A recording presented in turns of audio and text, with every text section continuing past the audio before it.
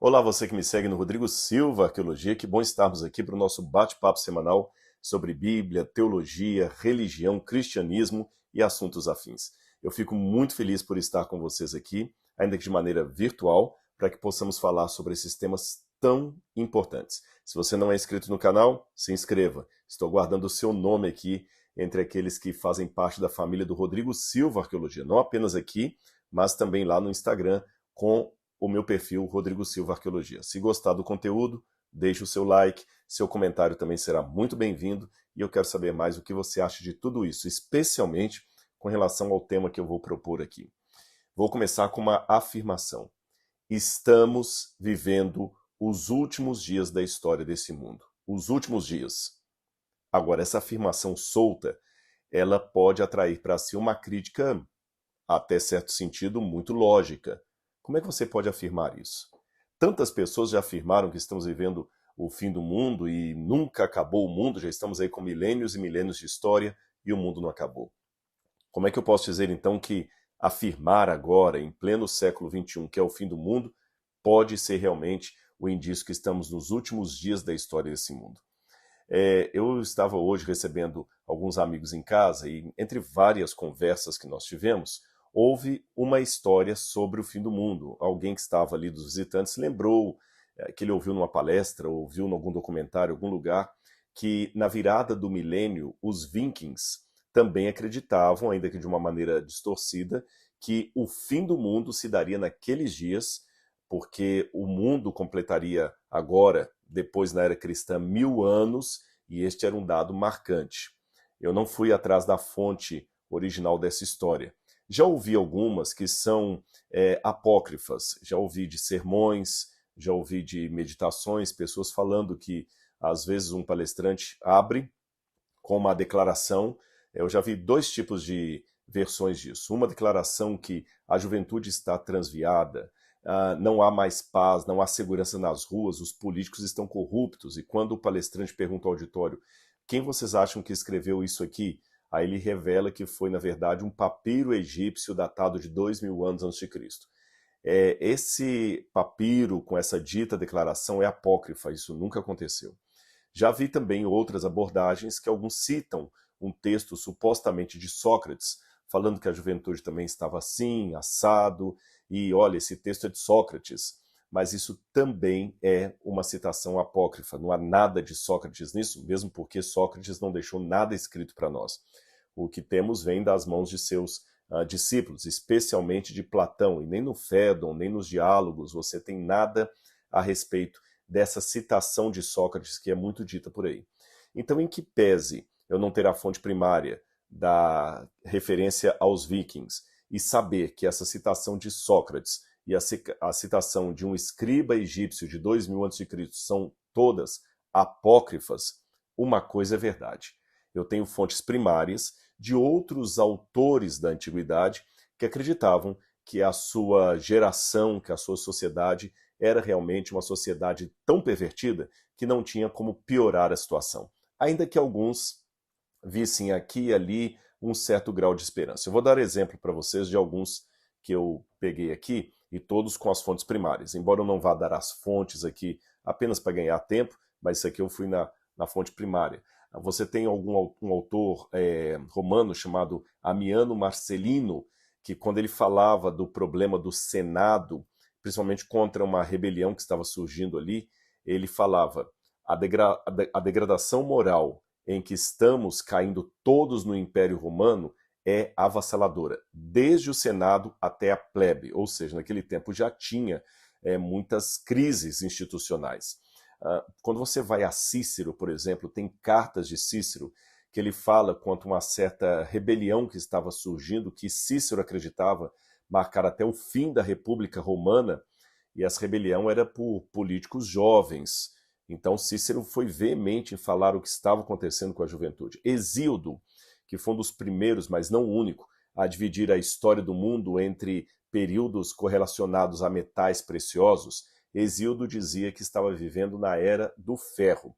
E olha como é que ele caracteriza essa época do ferro onde ele estava vivendo. Ele diz o seguinte, de maneira bastante pessimista: Os homens brigam entre si, não respeitam seus pais.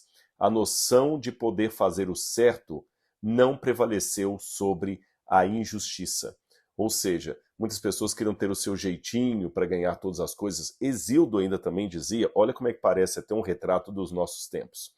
Ele dizia o seguinte, que a raça humana que vivia na época do ferro, quando ele achava que estava vivendo, era um coletivo de seres humanos, de homens, que nunca descansam do trabalho e da tristeza durante o dia e da morte durante a noite. Os deuses lhes causarão muitos problemas. Embora Hesíodo tinha um certo otimismo com a vinda de alguém que iria reverter a situação, mas até certo sentido ele era completamente pessimista com relação ao seu tempo. Eu poderia citar outros, eu tenho uma lista enorme aqui. Tito Livio observou que em seu próprio tempo, abro aspas, o que Tito Livio falou, não podemos suportar nem nossas doenças, nem os seus remédios. E comentários como este eram comuns em vários historiadores da Roma antiga. Ele até chegou a falar que havia um amor perverso pela posse. Na verdade, isso aqui não foi Tito Livio, foi o Ovídio. Tito Livio mencionou aquela primeira citação. O Ovídio que falava que havia um materialismo muito grande em seu tempo. Ou seja, alguns problemas que nós pensamos que são típicos do nosso tempo, materialismo, filhos desrespeitando pais, promiscuidade, problemas com os políticos, a gente encontra tudo isso nos tempos antigos. Questões ecológicas também, na arqueologia eu conheço vários casos, por exemplo, a derrocada do Império Assírio, que se deveu a uma prolongada seca. O próprio Egito, também o Império Egípcio, que caiu diante de uma prolongada seca. Então você tem no passado crises ecológicas que determinaram até o fim de uma geração inteira, de um grande poder. Crises econômicas que derrubaram, até problema de greve nós temos registrado no Antigo Egito. Isso tudo, repito, com fontes primárias. A partir de um período cristão, começaram a dar um colorido, na verdade judaico-cristão, para ser mais preciso, alguns começaram a dar um colorido escatológico a esses eventos e anunciar o fim do mundo. Na época do primeiro século, você tinha alguns supostos messias anunciando que o fim dos tempos havia chegado. Um exemplo deles seria Shimon Bar Giora.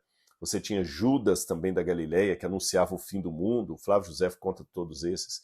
E entrando na dispensação cristã, na época da igreja cristã, aí você tem uma série de autores, de teólogos, que ao examinar a crise institucional, social do seu tempo e também da natureza, diziam, agora chegou o fim, não tem mais vez para cada um de nós. Alguns exemplos aqui, Joaquim de Fiori, um italiano do século XIII, ele determinou que o reinado de Cristo começaria na Terra entre 1200 e 1260. Depois os seus seguidores revisaram a data para 1290. Em 1504, um famoso pintor de obras lindas, Sandro Botticelli, também anunciou que Jesus viria à Terra em até 3 anos depois de 1500. Tá certo? Na verdade, ele escreveu até 1504 e já tinha passado e ele tinha se equivocado, Jesus não tinha voltado. O anabatista Melchior Hoffmann previu em 1533 que apenas 144 mil pessoas daquela geração seriam salvas e que Jesus voltaria naquele tempo. E esses 144 mil indivíduos que se salvariam começariam por Estrasburgo. O restante da humanidade seria consumida pelo fogo naquele tempo. E todos esses autores sempre apontavam como argumento para a sua matemática do fim o que eles estavam vendo na sociedade, na política, na religião, na cultura, na crise de gerações, onde os mais novos estavam desrespeitando os mais velhos, enfim. Até a Igreja Adventista do Sétimo Dia também começou porque um pregador batista, junto com o movimento de várias religiões, porque nem havia Adventista do Sétimo Dia na época, metodistas, episcopais, católicos, batistas, como eu falei, Conexão Cristã, vários grupos se reuniram, primeiro achando que era 1843, depois 1844, para a volta de Jesus. E isso não aconteceu, evidentemente. É claro que a Igreja Adventista, quando surgiu depois disso, um dos principais cuidados que ela toma é não marcar datas para a volta de Jesus, que não haja mais marcação de datas depois de 1844. Essa é uma tônica teológica muito forte para nós. Mas, já que como adventista e munido desses exemplos aqui, eu sou bem cauteloso em marcar a data para a volta de Jesus, aliás, cauteloso não, eu sou bíblico, porque Jesus disse, ninguém sabe o dia da sua vinda, nem o Filho, nem os anjos, senão somente o Pai que está no céu. Então, não compete a nós. Ele também falou para os apóstolos, quando ele estava ascendendo ao céu, não vos compete saber os tempos ou as estações que o Pai estabeleceu pelo seu próprio poder. O que sabemos na Bíblia é que Jesus em breve voltará e devemos estar preparados para a volta dele. Mas isto, embora contextualize o problema, não responde à pergunta que eu fiz no início do vídeo. Como é que eu posso fazer aquela afirmação que eu estou achando que estamos vivendo nos últimos dias da história desse mundo? Como é que eu concilio essa afirmação que eu fiz no início do vídeo com, em primeiro lugar, a minha cautela adventista de não marcar data para a volta de Jesus? Em segundo lugar, com esse monte de exemplos aqui atrás, mesmo antes de Cristo, aqueles que falavam que o mundo estava chegando ao fim pela decadência, né? Eu já falei que Cícero, Tito Livio, Virgílio, até Tácito também, que eu acabei não mencionando aqui, vários outros autores gregos, e também na dispensação cristã aí, Sandro Botticelli, Fiore, Joaquim de Fiore e outros mais. Como é que eu posso afirmar o que tem hoje, que eu poderia dizer assim, isso aqui tem hoje e que não tem em época alguma do mundo? Bom, para responder a isso, eu vou à Bíblia. Então vou deixar bem clara a minha pergunta aqui. O que eu teria hoje de único nessa geração que eu estou vivendo, que você está vivendo, que eu posso dizer, não, isso aqui não havia em nenhuma geração passada, somente hoje. E isto que só existe hoje é um claro indício que estamos vivendo os momentos finais da história desse mundo. Então eu tenho que encontrar algum elemento que seja ao mesmo tempo bíblico, uma profecia bíblica, e, ao passo que seja uma profecia bíblica, algo que eu só encontre hoje e em nenhuma outra parte da história antiga. Tá bom? Então vamos lá. Quando eu vou para a volta de Jesus descrita em Mateus capítulo 24, que alguns teólogos chamam até de o pequeno apocalipse dos evangelhos, me chama a atenção que, embora Jesus aponte aqui alguns elementos que haveriam de ocorrer no mundo antes da sua vinda, ele fala de guerras, ele fala de terremotos, ele fala de convulsão social, ele fala de homens desmaiando de terror na expectativa das coisas que iam vir. Mas chama a minha atenção que sempre quando ele declara essas coisas, ele fala assim, mas calma, ainda não é o fim. Quer ver? Por exemplo, em primeiro lugar, os discípulos não fazem uma pergunta plural para Jesus, que sinais haverá da tua vinda? Eles perguntam, que sinal? Olha aqui, Mateus capítulo 24, versículo 3. Tendo Jesus se assentado no Monte das Oliveiras, os discípulos dirigiram-se a ele em particular e disseram, dize-nos, quando sucederão essas coisas? E qual será o sinal de tua vinda e do fim dos tempos? O sinal, tá bem? Embora também tenho que deixar claro que em Lucas, já não na pergunta dos discípulos, mas na fala de Jesus, a palavra sinal aparece no plural, haverá sinais no sol, na lua e nas estrelas, mas pelo menos na versão de Mateus ela está no singular, no singular.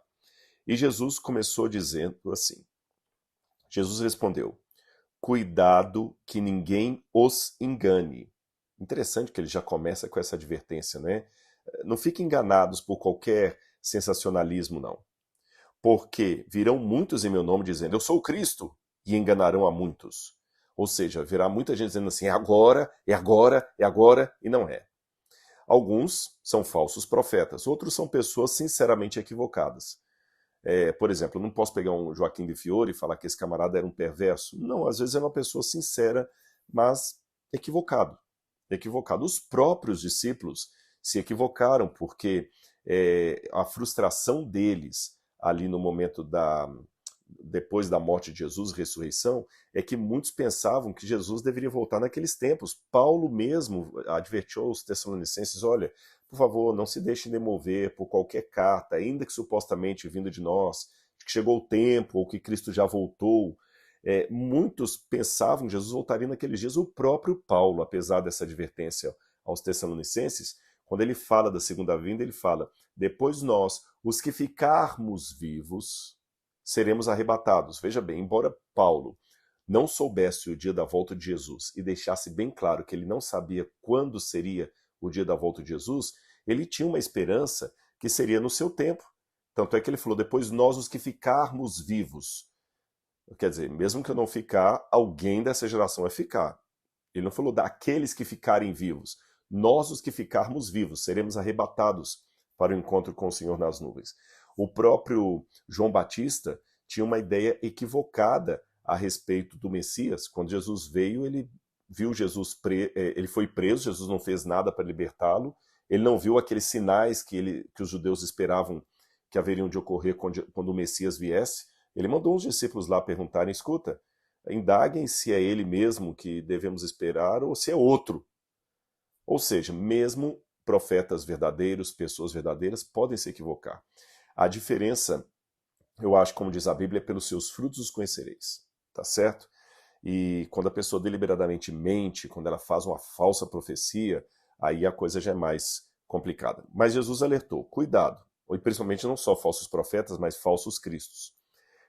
Aí ele continua dizendo: porque virão muitos em meu nome dizendo, eu sou o Cristo, e enganarão a muitos. Vocês ouvirão falar de guerras e rumores de guerras, mas não tenham medo. É necessário que tais coisas aconteçam, mas ainda não é o fim. Percebeu? Então, em que pese o fato de que guerras marcariam o que haveria de acontecer na história até a vinda de Jesus, então nós podemos sim apontar para as guerras e lembrar da promessa da volta de Jesus. Em linhas gerais, guerra não é um sinal seguro da vinda de Jesus. Muita gente fica pensando que o Armagedon vai ser uma guerra que vai envolver Estados Unidos e Israel contra Rússia, China e resto do mundo. Mas não é isso que a Bíblia diz. A Bíblia diz que antes da volta de Jesus, muitos vão clamar paz e segurança. O anticristo vai trazer uma paz no mundo e não uma guerra. Pelo contrário, é paz. Vocês vão ver daqui a pouquinho no Apocalipse. Então, guerra não é um sinal seguro do fim, embora Jesus pontuou que haveriam de ocorrer guerras até a sua vinda. Depois ele continua dizendo: então se levantará nação contra nação, reino contra reino. Haverá fomes, terremotos em vários lugares. Mas tudo isso é o princípio das dores. É o princípio das dores. Percebeu? Agora, quando a gente vai para o verso 14, Jesus muda a linguagem. Ele diz assim: e este evangelho do reino será pregado em todo o mundo como testemunho a todas as nações. Então virá o fim.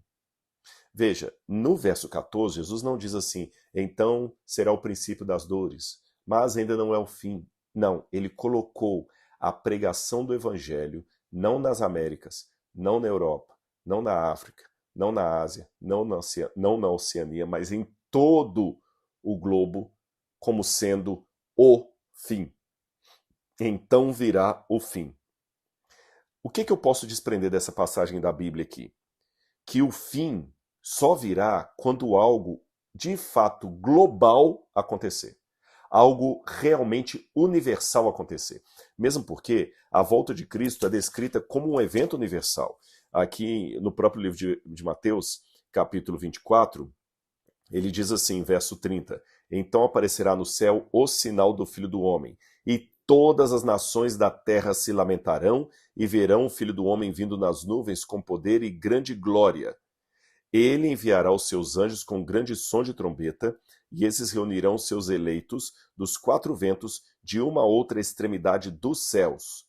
Veja, se a volta de Jesus será um evento universal, o mundo inteiro vai ver e vai se posicionar diante da vinda dele, porque diz aqui, todos os povos da terra se lamentarão e verão o Filho do Homem. Então, o que eu deduzo de Mateus 24, 14 e 24, 30? Três coisas eu já deduzo aqui. Em primeiro lugar, embora, repito, em que pese a ocorrência de guerras, terremotos e fomes até a volta de Jesus, ele falou que isso haveria de acontecer, o verdadeiro sinal de que agora chegou o tempo não é algo como guerra, como terremoto. É a pregação do evangelho em nível mundial. Então, a segunda coisa. A primeira coisa não é guerra, não é terremoto, não é fome. É a pregação do evangelho em nível mundial. tá certo? E a terceira coisa, se a volta dele em nível mundial provoca lamento nas nações, é porque eles tiveram conhecimento bastante a respeito de Jesus para tomarem uma posição. Aí eu sei uma notinha de rodapé que eu sei que você deve estar perguntando isso aí agora. Rodrigo, então ele não vai voltar nunca. É porque cada pregação do evangelho não é nada perante o mundo. Concordo com você. Concordo com você. Se a gente for depender de folheto, de todos os missionários que estão na janela 1040, gente, é uma formiga fazendo cócegas na pata de um elefante. Só a Índia e a China, juntas, somadas, dão, se eu não estiver enganado, praticamente 50% da população mundial. E esses dois países aí, pelo menos 90% deles, não conhecem cristianismo. Eu lembro uma vez que eu estava falando com uma menina chinesa, muitos anos atrás, e quando eu falava Bible, eu estava falando com ela em inglês, é claro, ela entendia Babilônia. Ela não entendia que a palavra Bible, o que era Bible, ela nunca tinha ouvido falar disso. E eu sei que pode parecer estranho para você que alguém não conheça Jesus, mas hoje existem quase 50% do planeta Terra hoje sabe de Jesus o que você sabe de Confúcio. O que você sabe de Confúcio? Se caísse agora numa prova de vestibular, Confúcio, qual foi o livro de Confúcio? O que ensinava Confúcio? Quando viveu Confúcio? Em que país viveu Confúcio? Quais são os ensinamentos de Confúcio? O que é o confucionismo? Eu tenho certeza que a maioria de vocês que estão me assistindo não saberia nada, pois é esse o conhecimento que a maior parte, ou pelo menos 50% da população da Terra hoje, tem sobre Jesus. Quase nada. Mas chama a minha atenção que no Evangelho, Jesus não disse, vocês pregarão esse evangelho. Ele disse, e será pregado. É uma ação de sujeito indeterminado. Como será pregado, não sei. Será pregado. Deus vai dar o seu jeito. Mas para Deus dar o seu jeito, do evangelho ser pregado em todo mundo, nós devemos sim pregar o evangelho e ter a nossa participação. Não estou me eximindo disso. É essencial. Quando o Filho do Homem vier, numa das parábolas ele conta, o bom servo é aquele que vai estar trabalhando quando ele vier. É aquele que multiplica os talentos, não que enterra debaixo de uma árvore. Devemos pregar o evangelho, é um dever. Jesus falou, ide, fazei discípulo de todas as nações, batizando-os em nome do Pai, do Filho e do Espírito Santo. É um dever. Porém, eu vou fazer a minha parte, mas eu sei que o evento mundial, que o evangelho vai ser conhecido no mundo inteiro, vai ser algo de manifestação divina. Deus vai providenciar uma forma que o evangelho seja pregado de uma maneira. E como? Aí eu vou para o Apocalipse. Capítulo 13, e novamente eu vejo essa linguagem universal que marca os verdadeiros últimos dias da história desse mundo. Apocalipse, capítulo 13, você sabe, é a parte que fala da famigerada besta do Apocalipse, motivo de tantos comentários. Olha o que diz aqui. O capítulo 13 de Apocalipse, deixa-me ver, Apocalipse capítulo 13, versículo 3. Fala o seguinte, todo mundo ficou, eu estou lendo a última parte do verso, todo mundo ficou maravilhado e seguiu a besta. Esse todo mundo aqui não é uma figura de linguagem, não é uma hipérbole, como eu falo assim, todo mundo foi em minha casa durante o aniversário da minha esposa. Não, não é nesse sentido não. Todo mundo aqui é literal. Todo mundo ficou maravilhado seguindo a besta. Adoraram o dragão que tinha autoridade sobre a besta e também adoraram a besta dizendo, quem é como a besta? Quem pode guerrear com ela? Aí quando a gente vai para o verso 8 diz, todos os habitantes da terra adorarão a besta, a saber, aqueles que não tiveram seus nomes escritos no livro da vida do Cordeiro, que foi morto desde a fundação do mundo. Depois, quando vamos também ao verso 13, disse, falando da segunda besta agora, a besta que sai da terra, e realizava grandes sinais, chegando a fazer descer fogo do céu à vista dos homens. Por causa dos sinais que lhe foi permitido realizar em nome da primeira besta, ela enganou os habitantes da terra. Verso 16. Também obrigou todos os grandes e pequenos, ricos e pobres, livres e escravos, a receberem certa marca na mão direita ou na testa, para que ninguém pudesse comprar nem vender, a não ser quem tivesse a marca que é o número da besta ou que é a marca ou o nome da besta ou o número do seu nome. Você percebeu que o evento aqui realmente é universal? Então, se por um lado o sinal da volta de Jesus é a pregação universal do Evangelho, na contraposição disso, o movimento do anticristo também tem que ser algo universal. Preste atenção, o anticristo não será uma hegemonia dos povos, porque a Bíblia fala, todos os grandes e pequenos, ricos e pobres, livres e escravos recebem. Ora, isso aqui demanda que os países vão continuar existindo. Porque assim, ó, todos os habitantes da terra, numa outra passagem diz, todas as nações da terra vão seguir, mas todos os reis da terra, quando fala em Apocalipse 17, fala que os reis da terra vão se juntar à prostituta, depois eles vão odiá-la, mas no primeiro momento os reis da terra vão se juntar. Significa que a terra vai continuar tendo governantes. Então o que eu aprendo do Apocalipse? Quando o anticristo dominar o mundo inteiro, ele será um governador único do mundo, mas os países vão continuar tendo a sua autonomia. Tanto é que haverá ricos e pobres. Haverá livres e escravos. Haverá reis. Então o Brasil vai continuar sendo Brasil, Estados Unidos continuará sendo Estados Unidos, a Alemanha, Afeganistão, Bélgica, todos os países continuarão sendo seus países, com seu sistema de governo capitalista, socialista, comunista, monárquico, parlamentar, não importa.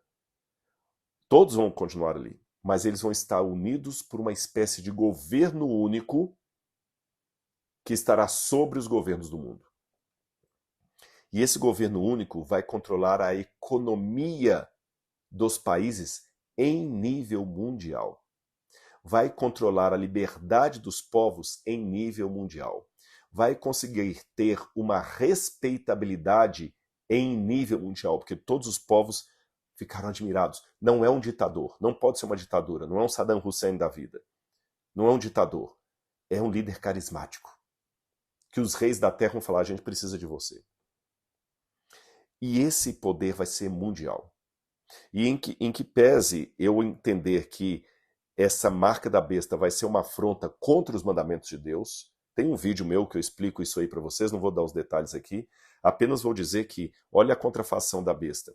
No Antigo Testamento, Deus mandou que os judeus tivessem a lei dele por frontal entre os olhos e na mão. Por frontal entre os olhos e na mão. Por isso que o judeu tem aquela caixinha preta, o terrilim, que ele usa para ficar orando, que é uma caixinha preta na testa e outra aqui na mão esquerda. É a lei. O judeu sempre está ali recitando a lei de Deus.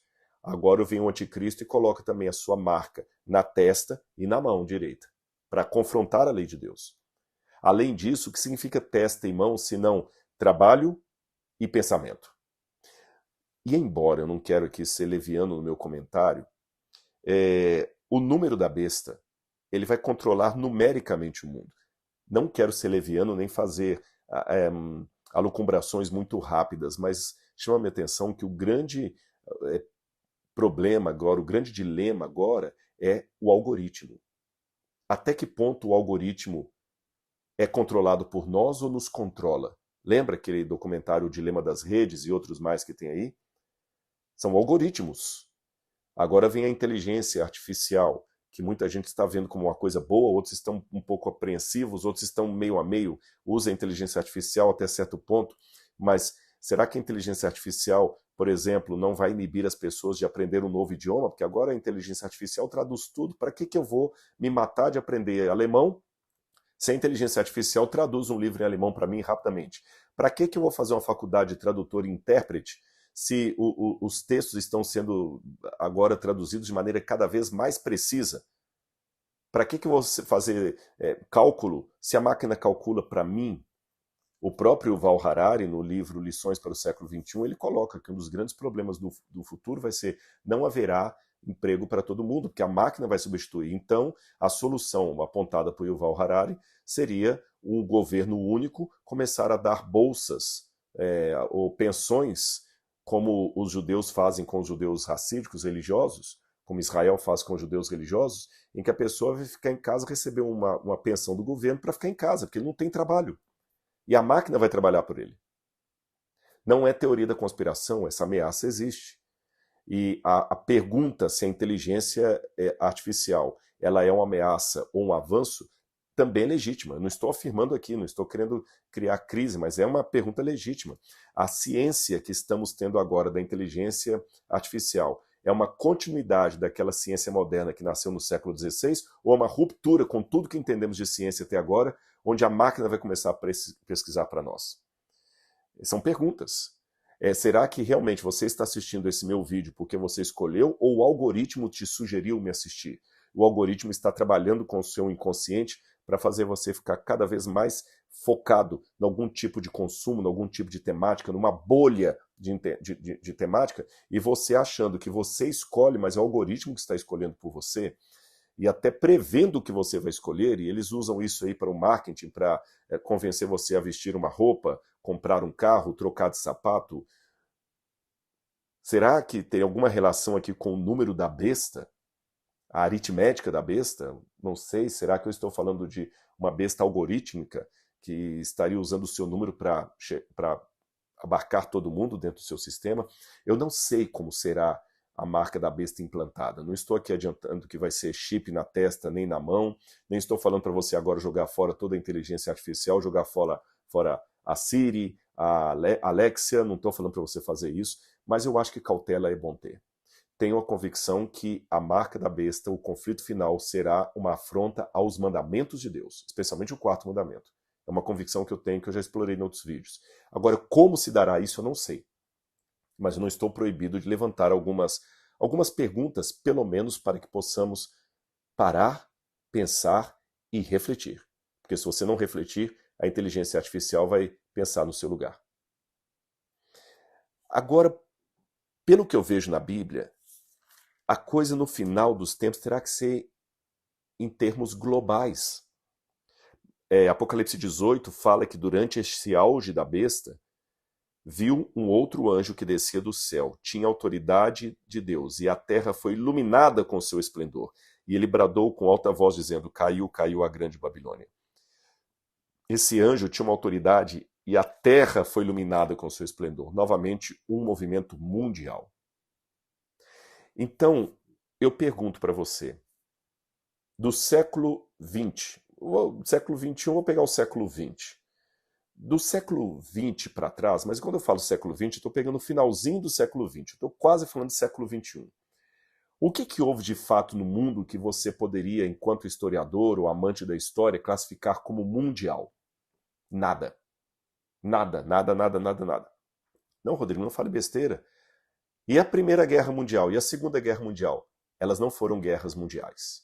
Quando eu estou falando mundial, eu estou falando mundial não por representatividade. Eu estou falando mundial por literalidade. Primeira Guerra Mundial? Tudo bem. Angola participou da Primeira Guerra Mundial? Não. A África do Sul participou da Primeira Guerra Mundial? Nairobi participou da Primeira Guerra Mundial? E da Segunda Guerra Mundial? O Equador participou da Segunda Guerra Mundial? Não. Até a Segunda Guerra Mundial, eles falam que o nome Primeira Guerra Mundial é errado, os historiadores dizem isso, e segunda, eles chamam de Segunda Guerra Mundial apenas porque a maior parte dos continentes estava ali representada, tá? Mas o Japão lutou representando a Ásia. Mas olha quantos outros países havia na Ásia, tá certo? Da América do Sul, o Brasil foi lutar na Segunda Guerra Mundial, mas é muito pouco para representar todo o mundo. Vamos falar de epidemias e pandemias. Nós falamos agora da pandemia do Covid. Eu sei que houve outras pandemias no mundo, o pessoal aponta, por exemplo, a peste bubônica, a peste negra, que matou, se não me engano, 50 milhões de pessoas. A gripe espanhola, que pelo menos contaminou 500 milhões de pessoas. A peste bubônica foi a pior, que reduziu a população da Europa em 1/3, pelo menos, né? Acho que caiu 1/3 da população da Europa. Mas será que, apesar dessas pestes, peste bubônica, a gripe espanhola, a peste de tifo, apesar dos médicos classificarem como pandemia, você sabe a diferença, né? Epidemia, a pandemia é o surto maior, que engloba todo mundo. Por isso que o Covid não é epidemia, é pandemia. A diferença de pandemia para epidemia é o grau de extensão. A pandemia é o grau máximo, que pega o mundo todo. Mas vamos pegar aí a peste negra. A peste negra, que é a peste bubônica do rato, ela começou no Oriente Próximo, pegou uma parte da Ásia e da Europa. Não foi mundial. Apesar de chamarem-na de pandemia, ela não foi literalmente falando uma pandemia. Porque a peste bubônica, na época que acabou com a Europa ali, ela não contaminou o Brasil, nem a Argentina. Aqui havia os incas, maias e astecas, né, na Idade Média, não contaminou esses grupos. Mesmo a gripe espanhola, ela não contaminou todos os grupos. E quanto tempo a gripe espanhola gastou, por exemplo, para contaminar a América, quando ela chegou na América? Quanto tempo? Agora, vamos pensar no Covid. Quanto tempo o Covid gastou para parar o mundo inteiro? Você percebeu a diferença do Covid para a peste negra? O Covid não ficou limitado à China, onde ele começou. Todo mundo teve que usar máscara. Não houve um país do mundo que ficasse isento disso. Alguns governos podem ter mentido nas estatísticas, mas o mundo inteiro teve que se precaver. E o grande medo agora dos especialistas é que vem uma nova aí, que nós mal estamos recuperando de uma, vem a outra. E você viu que o Covid literalmente parou o mundo. Parou o mundo. Alguns lugares com mais rigor, outros com menos rigor, mas todo mundo usou máscara. O Afeganistão parou, a Etiópia parou, a Síria parou, Israel parou. Palestinos e israelenses tiveram que usar máscara, mesmo continuando, em termos políticos, inimigos um do outro. Quem era de direita usou máscara, quem era de esquerda usou máscara. Alguns defenderam a vacina, outros condenaram a vacina, uns chamaram isso de anticientífico, outros chamaram de negacionismo, mas não importa. Todo mundo teve que usar máscara. Todo mundo teve que se posicionar. Você percebeu que agora nós estamos realmente em condições de ter elementos que sejam de ordem mundial? E vou mais além.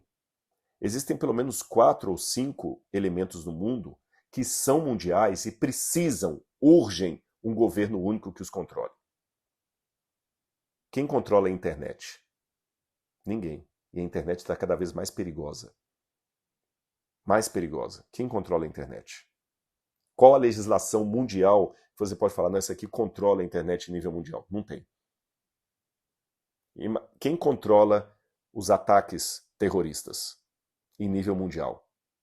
E a gente não está pensando só em ataque do camarada colocar uma bomba na porta de uma mesquita e explodir, não. Imagina um cyber ataque. Um camarada colocar um vírus letal aí de computador que ele derruba uma rede bancária terrível. Tanto é que você tem sempre especialistas preocupados com a cyberterrorismo. Quem controla? Quem controla hoje a Bolsa de Valores, a economia mundial? Você sabe que se cair a Bolsa de Valores de Tóquio, você pode perder a sua casa, mesmo sem ter nada a ver com isso. Quem controla as crises ecológicas em nível mundial? Quem controla? A Amazônia é nossa? Até que ponto? Até que ponto? Se nós não cuidarmos da Amazônia, o mundo inteiro paga. Quem controla tráfico de drogas e armas em nível mundial? E esses elementos, tráfico de drogas e armas, crises ecológicas, internet, economia que está realmente muito especulativa, quem controla tudo isso em nível mundial? E lembre-se, esses elementos que eu citei são como crianças hiperativas, sozinhas numa casa, correndo para um lado e para o outro, num ambiente repleto de facas, objetos cortantes e objetos inflamáveis. Quem é pai e mãe já imagina o desastre que seria. Essas crianças sozinhas numa casa, correndo, brincando de um lado para o outro, cheio de objetos cortantes, inflamáveis e ainda bombas ali. Elas podem destruir a casa e o bairro inteiro. O que precisam crianças nesse sentido? Um adulto, um gestor que cuide delas. O mundo hoje está clamando por um gestor. E quem vai ser esse gestor? Só pode ser o anticristo, aquele que vai trazer a solução. Agora, nem na época de Lutero, nem na época de Calvino, nem na época romana, nenhum desses elementos que eu citei foi de fato mundial. E mais um elemento que eu não posso esquecer de mencionar. Olha que curioso. Quando você estuda Daniel capítulo 2 e capítulo 7 e capítulo 8, ali fala dos reinos mundiais, especialmente o capítulo 7. Mas o que a Bíblia chama, na verdade a Bíblia não chama de reinos mundiais, ela fala de impérios que dominariam a humanidade, ela fala de Roma, perdão, ela fala de Babilônia, Pérsia, Grécia, Roma dividida. Só que ali você vê, o primeiro animal que representa os babilônios, por exemplo, ali, é um leão. Depois você tem a Pérsia representada por um urso.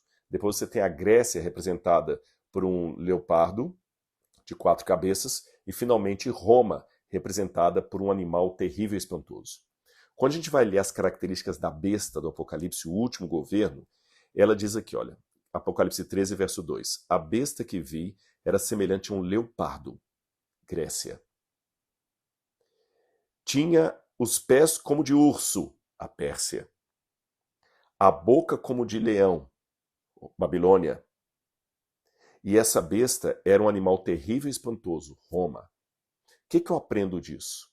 Quando eu pego, se eu pudesse mostrar isso que eu falo com vocês aqui com o mapa mundi, eu ia mostrar para você. Quando a gente fala que Babilônia foi o império mundial, isso também é uma figura de linguagem, como falamos Primeira e Segunda Guerra Mundial. Porque a Babilônia não dominou o mundo inteiro. A Babilônia dominou um pedaço do mundo. Depois veio a Pérsia e dominou um pedaço maior do que a Babilônia.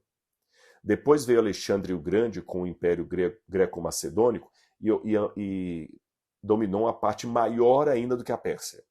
Depois veio Roma e dominou uma parte ainda maior do que os anteriores. Isso a gente dá para ver nos mapas ali, mas quase sempre a maior parte da Europa e da Ásia. E um pedacinho da África ali. Agora, o anticristo deveria ser o universal dos universais. Tanto é que ele tem um poder que é maior do que Grécia, Babilônia, Roma, Pérsia. Ele dominaria o mundo inteiro. Por isso que os emblemas desses antigos impérios mundiais estão todos na besta do Apocalipse, todos de uma só vez. De uma só vez. Ou seja, o anticristo é a junção de todos os grandes impérios da humanidade. Então tem que ser um poder universal. Tem que ser universal. E somente hoje eu vejo condições na história, e o Covid foi o exemplo marcante disso, de um poder que possa se tornar universal. E se esse poder perseguir o povo de Deus de maneira universal, hoje tem como. Porque com a tecnologia e o algoritmo, você pode ser encontrado em qualquer lugar do planeta. O satélite rastreia e acha você em fração de segundos. Antigamente não tinha como ter uma perseguição em nível mundial a um povo fiel. Hoje tem. Hoje tem. Porque não tem por onde esconder, só pelo poder do Espírito Santo. E nessa crise mundial é que virá a oportunidade de Deus. Sabe por quê? E será pregado o Evangelho. Agora vocês estão vendo que o mundo inteiro está comentando sobre aquele submarino que matou ali 4 ou 5 tripulantes, porque estavam ali querendo fazer uma visita para ver os destroços do Titanic, e acabaram morrendo. Você viu como uma notícia, eu não vou dizer simples, que foram vidas que perderam, mas assim, como uma notícia tão pequena dessa rodou o mundo inteiro? Hoje, um menino com um celular consegue fazer um vídeo que, dependendo do escândalo, aquele vídeo em menos de 1 hora está rodando no mundo inteiro, com milhões e milhões de visualizações. Quando esse poder, o anticristo, dominar o mundo inteiro, as pautas dele também serão conversa do dia a dia para todo mundo, através das redes sociais, das ligações, da conversa virtual ou real. O mundo inteiro vai falar das pautas do anticristo. Como o mundo inteiro falou do Covid. O Covid não foi pauta apenas de um jornal, não de outro. Todo mundo falou daquilo. Quando o anticristo colocar as suas pautas, o mundo inteiro vai falar daquilo. E quando um grupo de crentes fiéis se opuser a essas pautas, porque querem ser fiéis a Deus, porque o Apocalipse fala, né? Aqui está a perseverança dos santos, os que guardam os mandamentos de Deus e a fé em Jesus. Esse grupo vai ser oprimido por aqueles que vão se ajuntar ao anticristo. E outros vão se despertar ao ver essa crise e vão se despertar para uma mensagem que hoje talvez eles nem tocariam por ela. Mas aqueles que forem sinceros, quando vir a polarização do mundo, vão se despertar. Aí sim, o evangelho, através dessa perseguição, vai ser pregado em todo o mundo, em todas as nações, e então virá o fim. E um elemento final, vai ser pregado porque o Espírito de Deus vai cair sobre a igreja com um poder tão grandioso que nem no Pentecostes foi visto. Que a Bíblia fala da chuva temporã e da chuva serôdia. A primeira temporã é o Espírito Santo caindo sobre a igreja primitiva. E a serôdia, a última chuva, vai ser quando o Espírito Santo tocar esse remanescente fiel, de tal maneira que eles vão pregar com tal intrepidez contra o anticristo e contra as suas pautas, que eles vão ser perseguidos. Mas eles não temerão a morte por amor a Cristo Jesus. Aí sim, o mundo estará polarizado. E até lá, Rodrigo, o que fazemos? Bom, eu estou fazendo minha parte. Pregando o Evangelho, sem sensacionalismo, desejando, ansiando a volta de Jesus para ontem, porque eu quero que ele volte, e pedindo a Deus que me dê fidelidade, para que quando esses eventos que eu descrevi aqui começarem a acontecer, eu possa ficar do lado dos fiéis, eu e aqueles que eu tanto amo, a minha família. Que essa seja a sua decisão também hoje. Portanto, para mim esse é o elemento que me faz parar para pensar nos tempos em que vivemos. A universalização de causa e efeito que nunca foi vista na história da humanidade, somente agora, no século XXI. Pense nisso, reflita e estude a Bíblia. Um grande abraço. E se você gosta do conteúdo aqui também, saiba que eu tenho um curso da Bíblia, que você pode ser meu aluno. Eu vou deixar aqui na descrição do vídeo como você pode, no link, clicar para ser meu aluno no curso A Bíblia Comentada com Rodrigo Silva. Toda quarta-feira tem uma aula inédita para os alunos. Se inscreva, eu aguardo você. Tchau, tchau.